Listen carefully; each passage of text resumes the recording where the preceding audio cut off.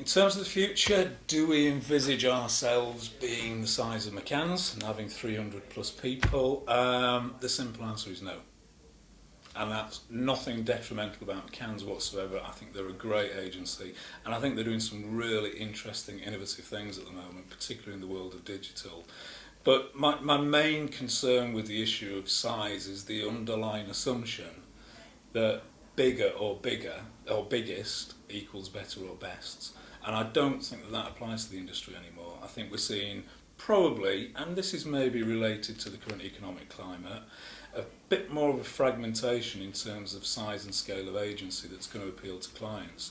Now, for some clients, having a huge agency of 300 plus people is probably exactly what they want, because they like the safety and the security and the size and the process and the bureaucracy and everything that goes along with that. But for other clients, that's not necessarily what they want, because if you're a medium, mid-sized client, you might actually start to say, you know, what are we actually paying for? How much of our money is going on servicing our business, and how much of our money is going on servicing this huge machine, which has created this massive agency. And again, I'm not focusing that on McCann's, because I think it's an issue with size generally. You know, there was this mad rush in the early kind of noughties to make agencies big, huge, integrated groups. I don't think that is the only model going forward, and I don't necessarily think that's the right model for a lot of clients. So no, that's not our intention. I think we have got plenty of scope to grow without having to compromise on what's really quarter driven, which is ensuring that our clients get the most senior level input within the agency, working on their clients on a day-to-day basis. I think we've got a lot more scope to grow and still deliver against that promise. So McCann's is not something that we aspire to being, but I guess the opportunity to be arguably the best, and that might mean the biggest, independent agency in the region, is not beyond our remit at all. I think that's achievable. Obviously, prior to Driven, you worked at TBWA, which is a huge networked agency. How does running your own independent agency differ with being part of a larger network, and what are the challenges and what are the more enjoyable sides of working within the new structure? How does running your own agency compare with being part of a bigger network? It doesn't. I mean, they are worlds apart, absolutely worlds apart, but for very good reasons from our point of view, obviously. I mean, the thing about Driven is that we are here, based in the Northwest. The people who own the company are here, based in the Northwest. The people who run the company are here and based in the Northwest. So we don't have a situation where ultimately our organisation is controlled either by Wall Street or the city in general. You know, so the decisions we make are the decisions that are made rather than somewhere else in the world. So we're also not obviously affected by what happens in other parts of the world, which, you know, like it or not, if you're part of a network, that's the way of the world. As I said, we're run by the people here who own the agency. So again, there's not some guy sat in an ivory tower in New York or Paris or London who's calling the shots, who your clients have never met and are pretty unlikely to never meet. So they work with the people who make the decisions and make the decisions on behalf of them. But I think also one of the big differences for me is the client base here dictates what happens to the agency. We are a client service industry. We're a client-centric agency.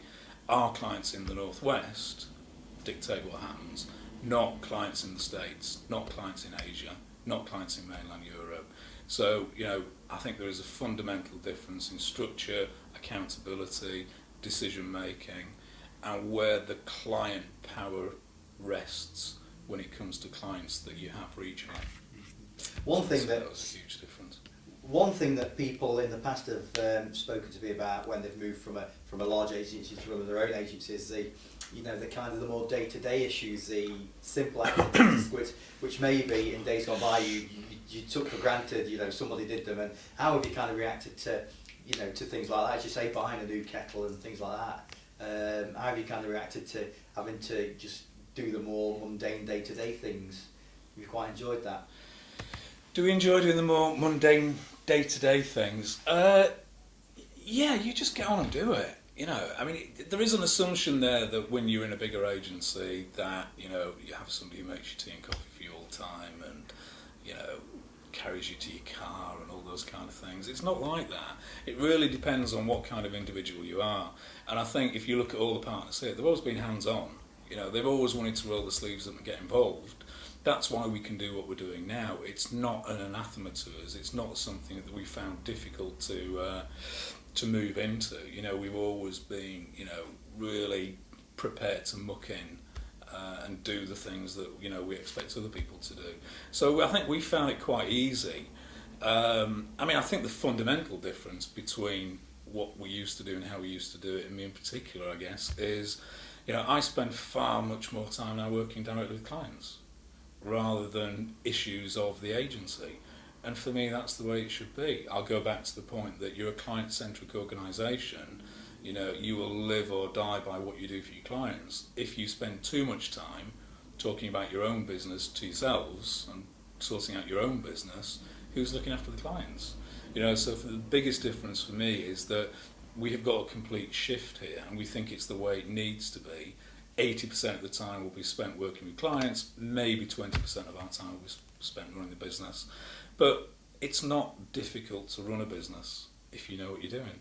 It's not, you know. So we will have our own business meetings out of hours or at night, you know, as long as it doesn't affect how we work with clients.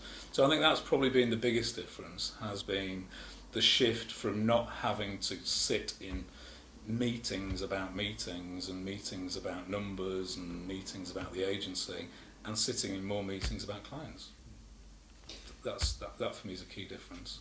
And finally, is this a move that you wish you'd made years ago? I mean, you clearly seem to be enjoying it and everything that running your own business brings with it. Is it something you wish you'd done years ago? Is this something I wish I had done years ago? I think yes and no. Yes, I wish I would have done it maybe a couple of years earlier, because it would have probably been a good time, the right time. Is it something I wish I would have done years and years ago? I think the answer to that is probably no, because I think at the end of the day we are all the sum of our parts in terms of experience, and I would have hated to miss out on a lot of the experience that I've had throughout the years. You know, I've been fortunate enough to work for McCann's, JWT, TBWA. I've managed to work across, you know, lots of different national, regional, global clients. I've worked all around the world with them. I've met some great people that I've worked with, and it's good. You can kind of, I think when you've got such a depth and breadth of experience as we all have, you can cherry pick the good things and forget the bad things. And I don't think any of us would have missed out on that for the world, because I think it makes us what we are now. And I think it makes us the attractive proposition that we are now, is that we've got all of that depth and breadth of experience and colour in terms of our careers looking back. So, no, I wouldn't have missed that for the world, really, because I think that's what our clients can benefit from now. And I don't think there's a lot of point looking back and going, oh, I wish. I mean, take the best of what you've done and just apply it to what you're going to do.